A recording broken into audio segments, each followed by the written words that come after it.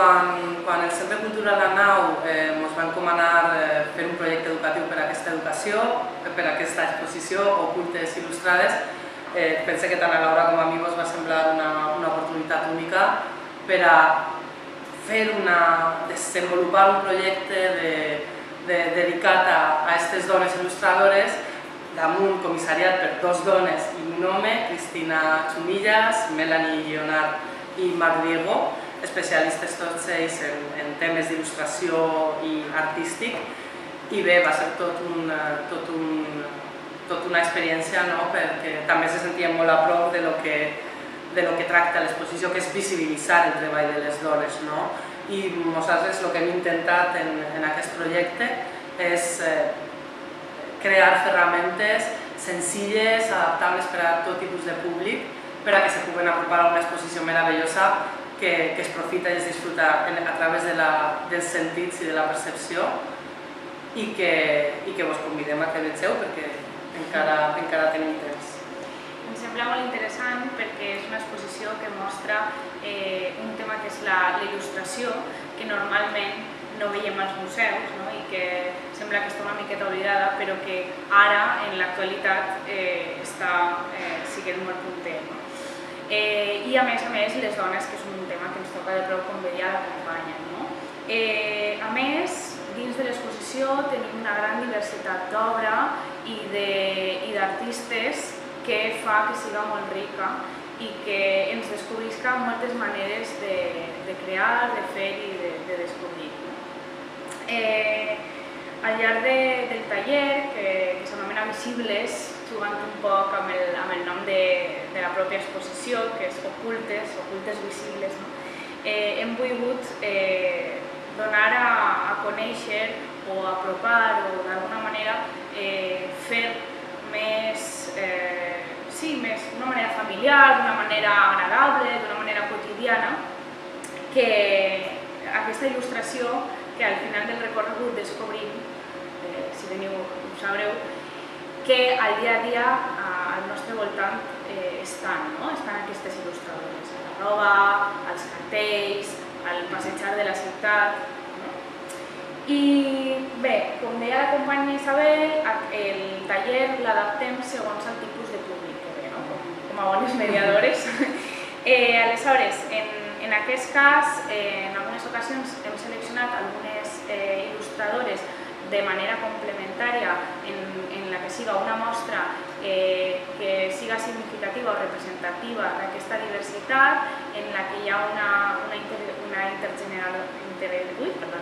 intergeneració, hi ha dones més joves, hi ha dones més consagrades, i d'aquesta manera focalitzem la mirada tant en la peça de l'obra que estem tractant com en la biografia i en tota la trajectòria d'aquestes artistes.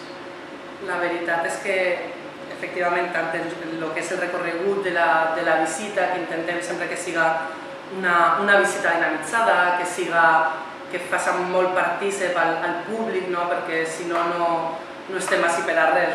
Jo crec que tant per a Laura com per a mi com a professionals és molt important que el públic estiga actiu i present. No sempre és una tasca fàcil perquè a la gent li costa molt expressar de vegades la seva opinió, encara que tots en tenim una, sembla mentida moltes vegades, però també és la nostra tasca fer que parlen, que isquen aquestes opinions i que compartim i generem reflexió i debat, que és un dels objectius de l'exposició. Ocultes il·lustrades en la nau, quin és el públic que ve a veure l'exposició? Afortunadament estem rebent públic de tot tipus, però és veritat que el públic adult és el majoritari per el moment. També hem comptat en escoles de secundària principalment, perquè interessa molt també l'educació en temes d'igualtat de gènere i sent resultats molt interessants en el que són les dinàmiques, però el públic potencial podem assegurar que és el públic adult. En aquest cas, que és una exposició sols d'il·lustradores, de dones, atrau més a dones o no té res a veure? No té res a veure.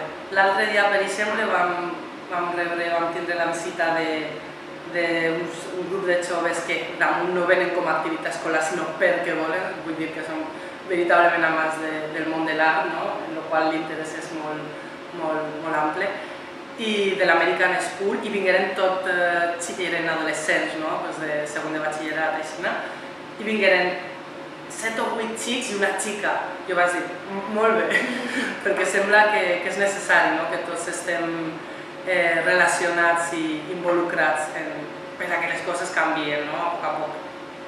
Ens interessa molt que ells ens donen la seva visió, no? I portar això a la seva quotidianitat. Aleshores, al llarg del taller el que fem és que ells i elles agafen aquesta essència d'aquesta diversitat que podem trobar a l'exposició i després, a la fi, el que fem és posar en comú aquestes qüestions o preguntes que ens sorgissin, de manera que ells i elles puguen exposar aquesta reinterpretació que s'ha fet i em sembla molt riques les preguntes que poden eixir, no? Perquè bé, són temes que, o sigui, les il·lustracions tracten temes molt diversos, no? I des d'allò més quotidià fins a allò més fantàstic o més màgic, però sempre crida l'atenció, perquè a la fi t'està interpel·lant, no? T'està dient, tens moltes maneres de connectar, no? Perquè hi ha moltes maneres d'expressió.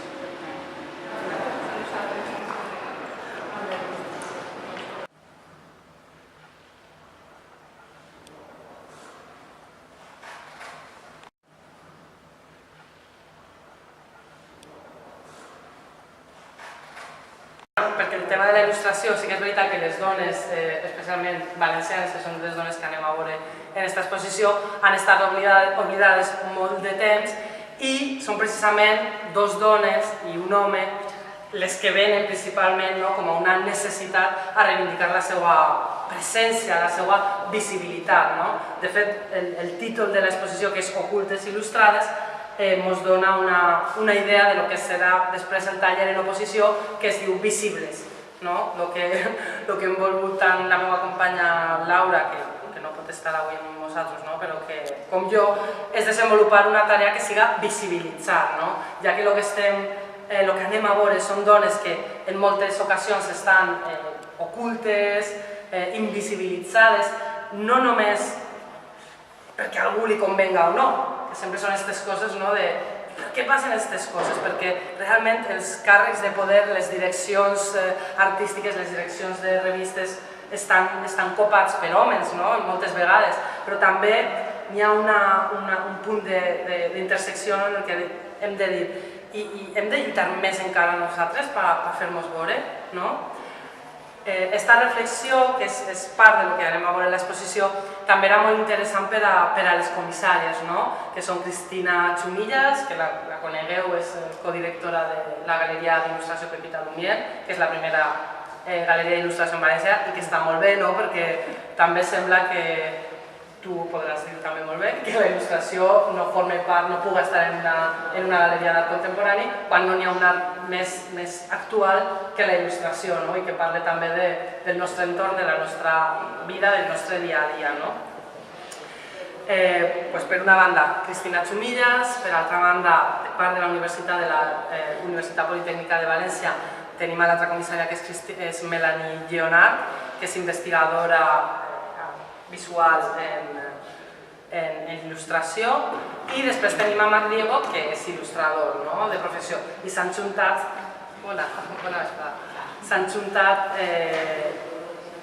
tots ells en diferents punts de vista, però en una tasca que és visibilitzar el treball d'aquestes dones. La qüestió que ells tenien a l'inici d'esta tasca tan enorme d'investigació, de recerca, de trobar què pot ser interessant per a un públic ample, estava la pregunta de si realment és necessari fer una exposició en la que només apareguen dones, il·lustradores. Elles mateixes tenien aquesta contradicció a l'hora de plantejar l'exposició de...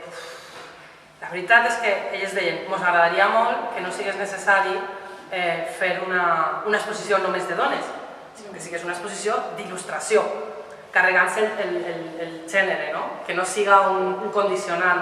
Però, per desgràcia, actualment encara ens trobem en una situació en la que és necessari fer una exposició de dones il·lustradores, no? La seva idea és que això s'evapore, canvia en el temps i és una que hem de fer entre totes, entre tots i principalment amb l'educació, no? Jo penso que és fonamental educar als xiquets i a les xiquetes a que les coses han de canviar, no? I a poc ho aconseguirem, però encara estem en el camí, no? I vosaltres també teniu experiència, bueno, s'heu juntat també per una il·lusió, per una necessitat, per una visió comuna, i jo penso que és molt interessant que estigueu així. Guanyar espai a puestos de direcció, de normal estaven molt relacionats amb els homes.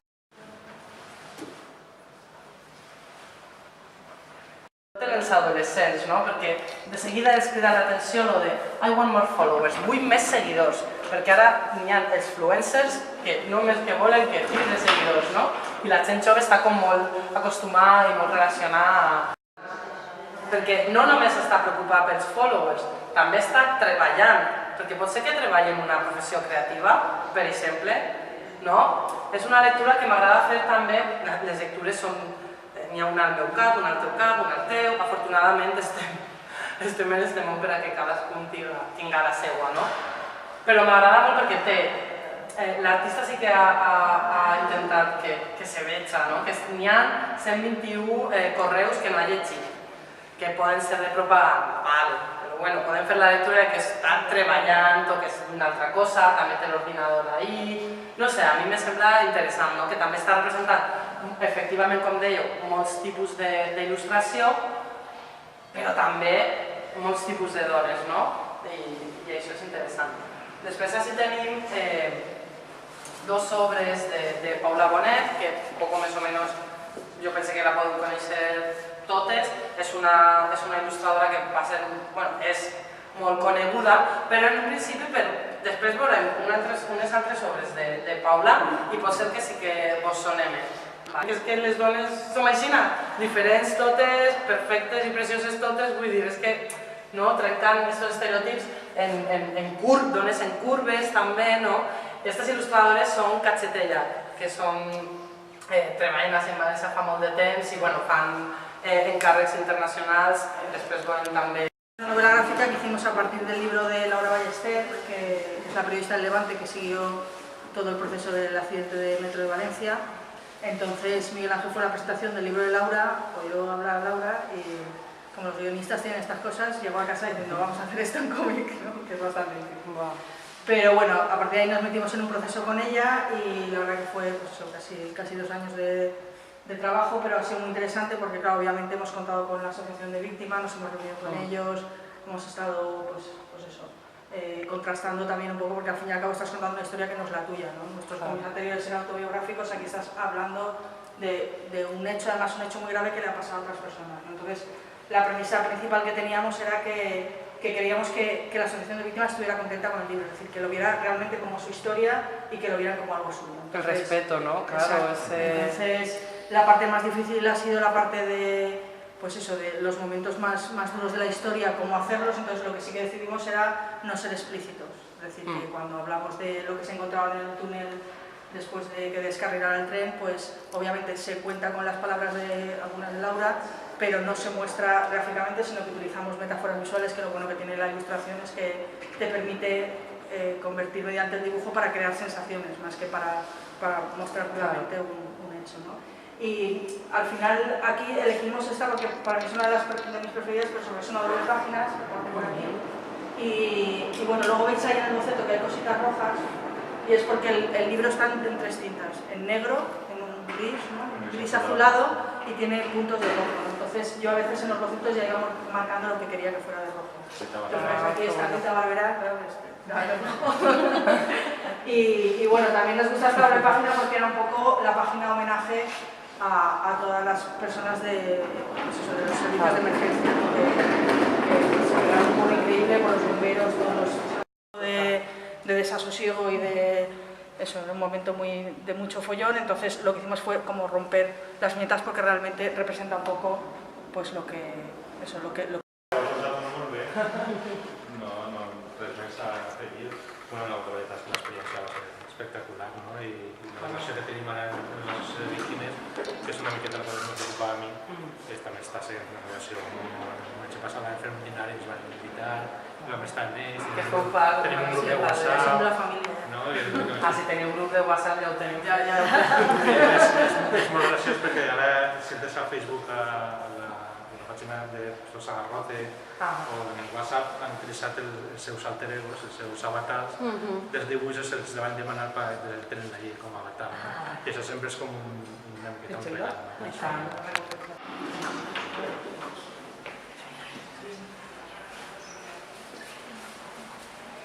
València i tenia molt de poder, podríem dir que era com l'il·lustrador de cabecera de l'època, el que feia totes les edicions, totes les il·lustracions, i la seva dona tenia un paper molt important, però sempre estava esclava d'aquesta viuda.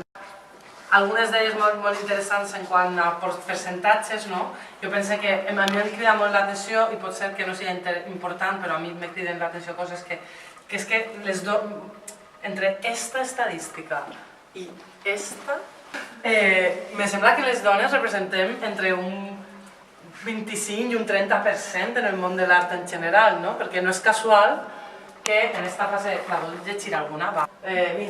Com és possible que, a més d'una dècada de l'aprovació de la llei d'igualtat, ni el 30% de les exposicions que es fan siguin de dones? Vale, Isa és forteta. I després, mira. Es que con Arco la més important en nuestro país, només el 25% dels artistes són dones. Què vos sembla, aquestes frases? I te va cridar l'atenció alguna cosa? A veure, no crec. La revolució, i és curiós perquè hi havia molts homes també que ho duien. I a mi això me va fer gos, i bueno, almenys és interessant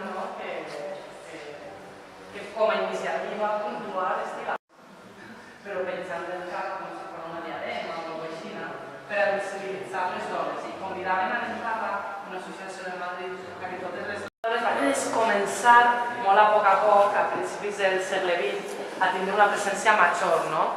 D'esta època coneguem una miqueta Manuela Ballester, que és inevitable citar-la com la dona de Josep Renau, perquè van desenvolupar una carrera junts i és interessant perquè també va ser una de les primeres dones que precisament per tot això que comentàvem a l'inici, que hi havia certes dones que sí que tingueren l'oportunitat de per néixer en una família culturalment cultural, que tenia unes idees i unes mires més avançades, més progressistes, van donar l'oportunitat de desenvolupar una carrera, va ser el seu cas. També per això ella podia fer encàrrecs o obres en un caràcter més polític, com aquesta que vegem de la solidaritat que els pobres i els estudiants d'Espanya, com en el cas de Renau, però no estava 100% exenta de culpa, entre cometes, la culpa, perquè també ella, que és com, vas a poder tenir, la fica per allà, la veure si m'ho desca per allà, Manuela, desca per allà, de gent que treballa en l'obra, no? Sí? De il·lustració. Sí, pues ja saps com és.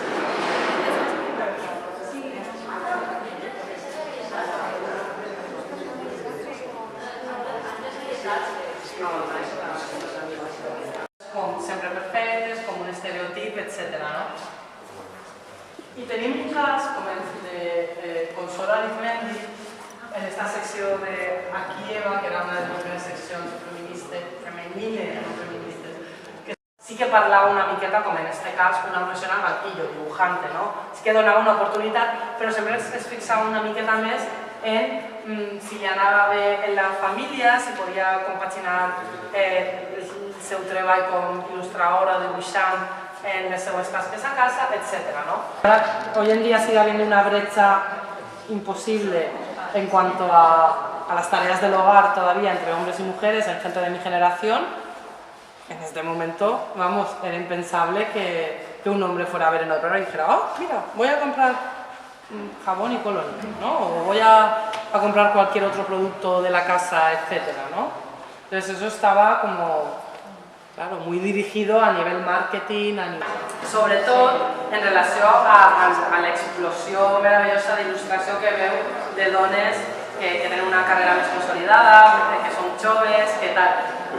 I la reflexió que li deien les comissàries era, però elles han pogut fer-ho perquè dones com tu vas fer un esforç molt fort i vas anar fent camí perquè dones d'una generació posterior a la teua hagin pogut tindre l'oportunitat d'estudiar disseny i que se'ls valorara i no sé, com que era una cosa molt bonica, no?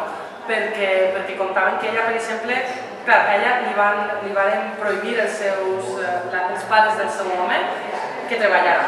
La seva família estava d'acord, la seva família, doncs la xiqueta, oye, si ha tingut 2 fills, de vindre a aquesta exposició, on se va trobar en tantes companyes i en tantes dones joves que havien pogut desenvolupar una carrera que ella va tindre, però no el reconeixement que es mereixia. I aleshores... Sí, y estos pertenecen a los primeros cómics. Este es el primero, La posibilidad de entrevista, que muchos de aquí lo conocen, que va a ser nuestra hija y de falla cerebral, y este segundo va a ser nuestra segunda hija que la adoptamos en Etiopía.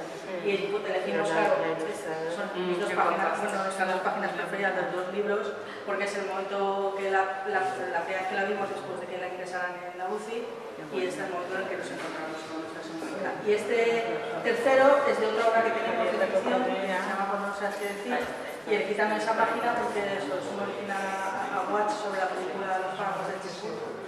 Y bueno, es una página que también tenemos mucho cariño. Els esbossos en el cine oficialment pitjors, perquè a dia d'avui ja els esbossos són una coseta d'aixina en un quadern, però jo treballo després en digital, aleshores escaneo, si no faig una foto, ràpidament el navegador ja pren forma tot. Això són un parell de pàgines de Càndida, que és una historieta que va aparèixer en Enjambre, que és un recopilatori d'autores de còmic, que si no ho recomane. Coordinat per Susana Martín de manera espectacular i bueno, pues, dona un poquet una visió com aquesta exposició des del meu punt de vista que trenca un poquet com aquest estereotip de que les xiques tenim temàtiques determinades o maneres de dibuixar determinades, no? I fa un panorama molt divers i molt ric, tant de temàtiques com de procediments, com d'estètiques, això, recomano que llegeixi. Molt bé, gràcies. Sí, de fet, la diversitat de l'heterogènia que hem vist a l'inici ens parla que al final no estem parlant d'un gènere, estem parlant d'art, d'il·lustració, de que la mirada no entén si eres una dona o un home. De fet, moltíssimes portades de les obres aquestes mig pop dels anys 60 estaven dissenyades per homes, no?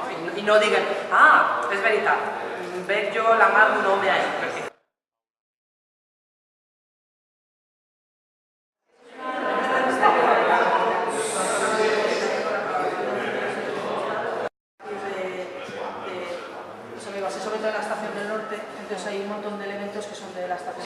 y bueno, y tengo que decir que me costó bastante porque eso, Carlos Ortín, que fue el que lleva la revista, que es el que me lo cargo, para mí ha sido como mi mentor, es decir, del que ha aprendido la profesión. Entonces, de esta estoy contenta, pero la verdad que sufrí mucho porque me lo ocurrió mucho porque tenía mucho miedo de que no le gustara. Es que sí, porque los creadores sois sensibles y... Era una presión para mí que me pidiera algo. Hombre,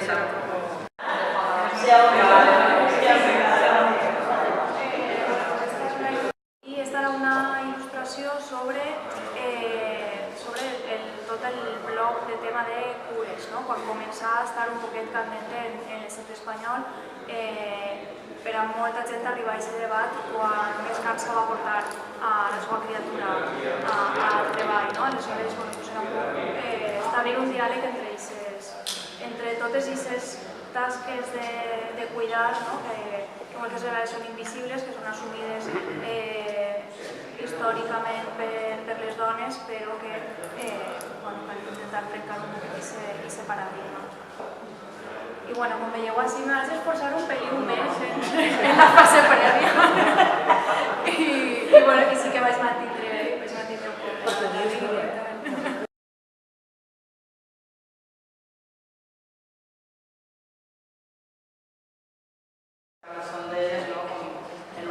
Al·lusió una miqueta irònica dels Nadals, no?